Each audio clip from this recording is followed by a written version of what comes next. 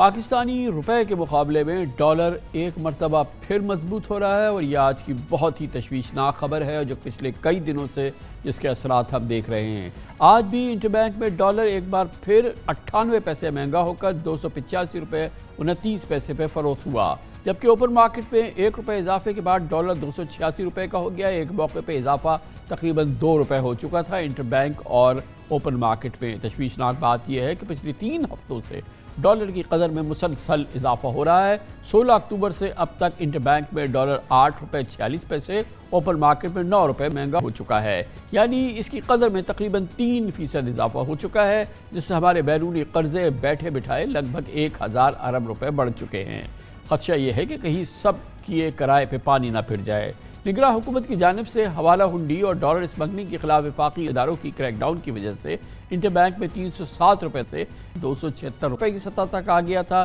مگر درآمدات میں اضافے اور بیرونی فائنینسنگ میں کمی کی وجہ سے ڈالر کی طلب میں اضافہ ہو رہا ہے، جس سے روپے کی قدر پر دباؤ بڑھ رہا ہے اور اس کی قدر میں مسلسل کمی آ رہی ہے۔ پچھلے سال اکتوبر کی 4.5 بلین ڈالر کی امپورٹ کے مقابلے میں اس سال اکتوبر کی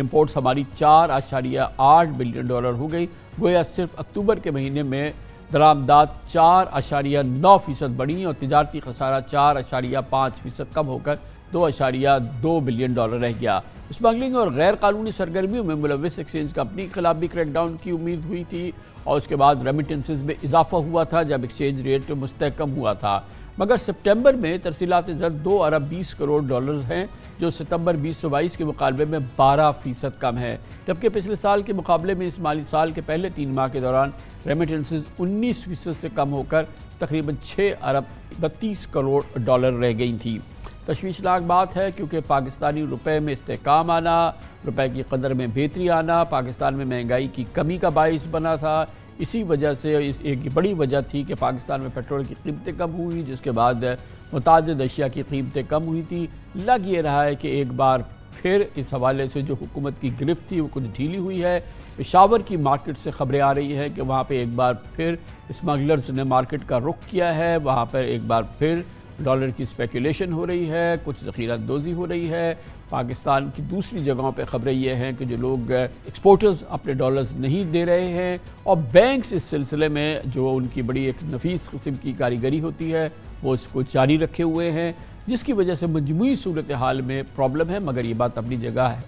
ہے کہ پاکستان میں جو انفلوز آنے تھے ڈالرز کے وہ نہیں آئے۔ ابھی ہم نے آپ کو بتایا کہ ریمیٹنسز میں بھی کمی ہو رہی ہے۔ مزید معلومات ہمیں دیں گے ہمارے ساتھ ہیں جناب Zafar Paracha, general secretary exchange companies association. بہت بہت شکریہ ظفر پراچا صاحب، بہت اچھا پورا ماحول بن گیا تھا، یہ ساری چیز ہو گئی ہے۔ پورے 21 دن ہو گئے 20 دن ہو گئے ہیں کہ ہر سیشن پہ اب یہ جس طرح سے بڑھ رہا تھا مسلسل گر رہا ہے۔ بعض لوگوں کا خیال ہے کہ وہ آرگنائزڈ اسٹرکچرڈ بڑھ رہا تھا، اب اسٹرکچرڈ ہی گرا رہے ہیں بینکس، یا حکومت کی کچھ سوچ ہے، یا آئی ایم ایف کا پریشر ہے، یا بہرحال پاکستان کے پاس انفلوز نہیں ہے، ریزروز پہ پریشر ہے۔ کہ آپ لوگوں کی کیا مارکیٹ کی کیا خبر ہے؟ السلام علیکم جناب۔ دیکھیے جیسا آپ نے فرمایا کہ بہت اچھا ماحول بن گیا تھا اور ہمارے آرمی چیف اور ان کی ٹیم اور اس کے ساتھ ساتھ تمام لوگوں نے مل کے کوشش کی، تو ہمارے ہاں جو اوپن مارکیٹ میں تقریباً 50 روپے سے زیادہ نیچے آ گیا، انٹر بینک بھی نیچے آ گیا، تو اوور آل اور باقی جو اسمگلڈ گڈس تھیں وہ بھی سستی ہوئیں، پیٹرول کا پرائز بھی کم ہوا اور ہر چیز کی اویلیبلٹی ہوئی۔ لیکن کیونکہ جو زیادہ تر جو بینکس ہیں ان کو عادت ہے موٹا نفع کمانے کی، جو پچھلے 2-3 سال میں ہم دیکھ رہے ہیں 5 روپے 10 روپے 20 روپے کے گیپ سے کام کرنا، تو انہوں نے ایک ماحول بنایا اور دوبارہ سے سینٹیمنٹس چینج ہوئے اور ایکسپورٹرز سیل کرنے سے رک گئے اور امپورٹرز جو نہیں خرید رہے تھے انہوں نے پریزنٹ پلس فیوچر کا بھی خریدنا شروع کر دیا۔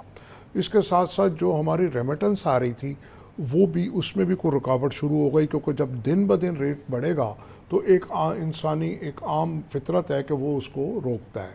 پھر اس کے ساتھ ساتھ جو ہمارے پاس انفلوز آ رہے تھے، جو ہم روز کے 40 سے 50 ملین ڈالر انٹر بینک میں دے رہے تھے، اس میں بھی کمی واقع ہو گئی اور بلکہ الٹا لوگ خریدنے کے لیے آ گئے۔ اور پھر ایک بات پشاور کا جو آپ نے ذکر کیا، وہ مارکیٹ بھی ایکٹیویٹ ہو گئی، گو کہ ہم نے ہائی ایپس کو اور جو بھی لا انفورسمنٹ ایجنسیز ہیں ان کو اس بات کو بارہا ان کے علم میں لائے ہیں کہ یہ جو گرے مارکیٹ جو ایگزسٹ نہیں کر رہی تھی اور ختم ہو گئی تھی، وہ دوبارہ سے ایکٹیویٹ ہو گئی، اور ایسا لگتا ہے کہ جو ان کو روکنے والے ہیں وہی جیسے پہلے کی طرح ان کے بینیفیشیری بن گئے ہیں۔ آج بھی پشاور میں ڈالر کا ریٹ تقریباً 297 ہے، کراچی وغیرہ میں 293 94 ہے، اور دوبارہ سے یہ لوگ پھر ایکٹیو ہو گئے ہیں، اور جو افغان ریفیوجیز جا رہے ہیں اس کی شکل میں بھی ڈالر کی اسمگلنگ دوبارہ ہو رہی ہے۔ کیونکہ یہ بھی جو ماہرین ہیں وہ یہ کہتے ہیں کیونکہ یہ تقریباً 1.5 لاکھ کے قریب گئے ہیں، باقی جا رہے ہیں، ان کے پاس جتنا بھی روپیہ ہے اس سے ڈالر وہ خرید رہے ہیں، اور وہ آبویسلی اپنے ملک جا رہے ہیں تو وہ ڈالرز لے کے جا رہے ہیں، روپیہ تو وہ لے کے نہیں جا سکتے یا نہیں لے کے جانا چاہتے، تو وہ پریشر ہے۔ پھر ڈیویڈنڈز پے کیے ہیں ملٹی نیشنل کمپنیز کے، اسٹیٹ بینک نے بتایا ہے، لیکن واضح طور پہ یہ لگتا ہے کہ اسٹیٹ بینک کی گرفت بینکس پہ جو ہے وہ بڑی کمزور ہو رہی ہے۔ انٹرونشن تو نہیں کرنی ہے لیکن اسپیکولیشن، منافع خوری، ان چیزوں پہ تو اسٹیٹ بینک کو نگاہ رکھنی ہے۔ اسٹیٹ بینک اس سلسلے میں بالکل بت بنا ہوا ہے۔ دیکھیے جناب، اس چیز پہ ان کو بالکل نظر رکھنی ہے۔ دیکھیے اگر ہم بینکوں کا فورن ایکسچینج کا پروفٹ دیکھیں،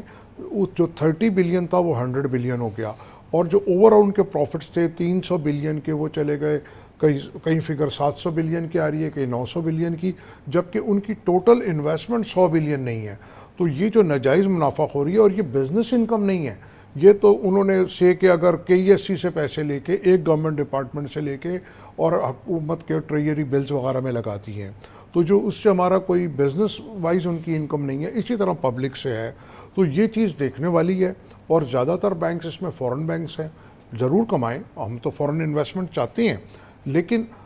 ایک جو ڈوئنگ آف بزنس ہے وہ صحیح ہونا چاہیے۔ تو جیسے کہ ایکسچینج کمپنیز کام کر رہی ہیں، انہوں نے پچھلے مہینے 350 ملین ڈالر انٹر بینک میں دیا ہے وداؤٹ اینی انسینٹیو اور کچھ، تو یہ ایک بڑی بات ہے، جبکہ ہم 700 ملین کے لیے IMF کے پیچھے گھوم رہے ہیں۔ اگر ہم اس کی کاسٹ دیکھیں تو ہم کو 1400-1500 ملین دینا پڑے گا۔ بہرحال ٹیکنیکل ریزنز بھی ہیں، پاکستان کی جو ایکسٹرنل فنانسنگ ہے وہ بڑھتی جا رہی ہے، اس کا حجم بڑھ رہا ہے، اس کے لیے ہم نے بہرحال ارینج کرنا ہے، اور ہم نے بانڈز کرنے ہیں، یا ایکسٹرنل ہمیں فریش انفلوز چاہیے، تو وہ بھی مسئلے اپنی جگہ موجود ہے۔ لیکن ایک بار پھر اگر ہمیں لگے کہ اسپیکولیٹرز، منافع خور، ذخیرہ اندوز، اسمگلرز وہ میدان میں اتر گئے، تو یہ تو بڑی تشویش کی بات ہے، اور خاص طور پہ یہ جو پشاور کا معاملہ ہے۔ جی بالکل ایسی بات ہے کہ ہم کو اس چیز کو ایڈریس کرنا پڑے گا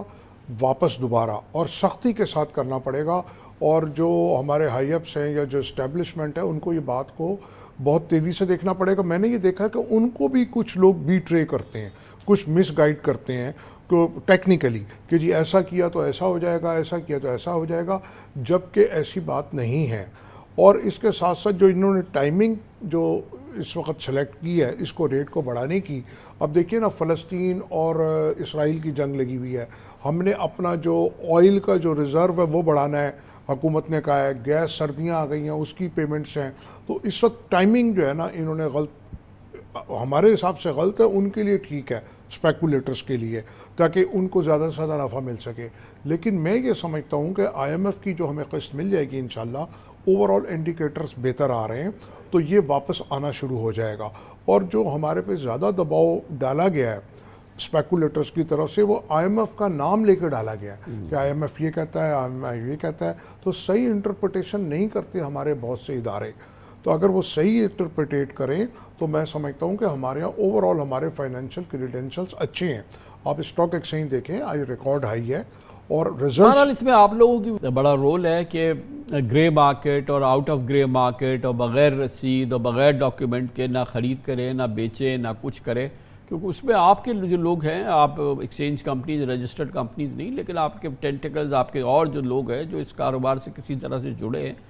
وہ اس میں بہت بڑا کردار ادا کرتے ہیں۔ جی بالکل وہ کردار ادا کرتے ہیں، ہم لوگ ان کو ان لوگوں کو دیکھ بھی رہے ہیں اور ان کے بارے میں آگاہی بھی دے رہے ہیں، اور کافی آپریشن بھی ہوا ہے، کافی وہ لوگ پکڑے بھی گئے ہیں، لیکن جیسے میں نے آپ سے کہا کہ ایسا لگتا ہے کہ بائی ڈیزائن اچانک وہ لوگ نکل آئے ہیں۔ اب اس کے اندر دیکھیے، جب بھی ہمارے ملک کے حالات ٹھیک ہوتے ہیں، چاہے معاشی حالات ہوں، چاہے ہمارے امن و امان کے ہوں، تو ہمارے جو اینٹی اسٹیٹ ہیں، جو ہمارے نیبرنگ کنٹریز ہیں، وہ ایکٹیویٹ ہو جاتے ہیں، اور اسی طرح ہمارے یہاں بھی لگتا ہے کہ وہ لوگ ایکٹیو ہوئے ہیں۔ اب آپ دیکھیے امن و امان کے اوپر روز کوئی نہ کوئی مسئلہ چل رہا ہے ہمارے ہاں، گو کہ ہماری جو ایجنسیز ہیں بہت زیادہ ریلیکٹنٹ ہیں اور روز قربانیاں دے رہی ہیں۔